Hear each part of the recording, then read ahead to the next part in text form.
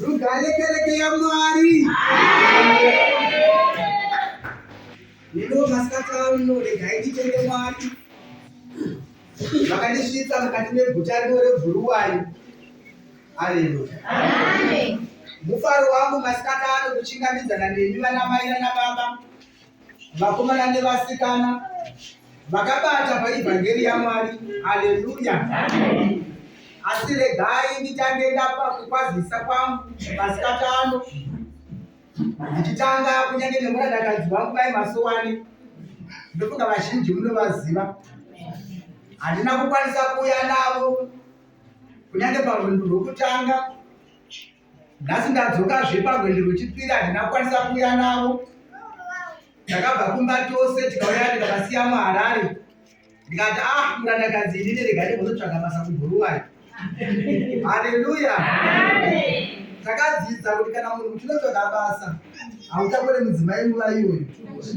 Kutanga waenda wega unotsvaga basa, kana wariwana wobva watsvaga imba wozodzokera kunotora mhuri. Haleluya. Ndazvitaura kuti kana munhu akadzika kuti sembe Masowani vasina kuuya. Zvino takasvika pano musi weMonday kuseniseni kwana kunoedza kuma12 kuseni kwacho ndichibva ndatanga basa.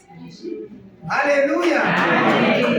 Ndanga ndiri pabasa izvozvi asi handina kunyange nemumwe akauya kuzondibatsira basa.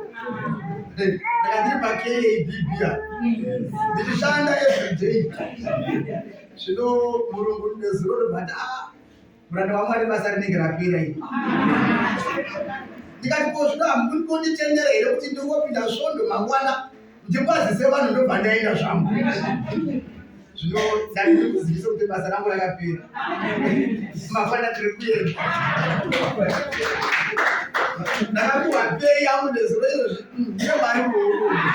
Haleluya. Ndikaindokwazise dare guru vatungamiriri vatakapiwa naMwari.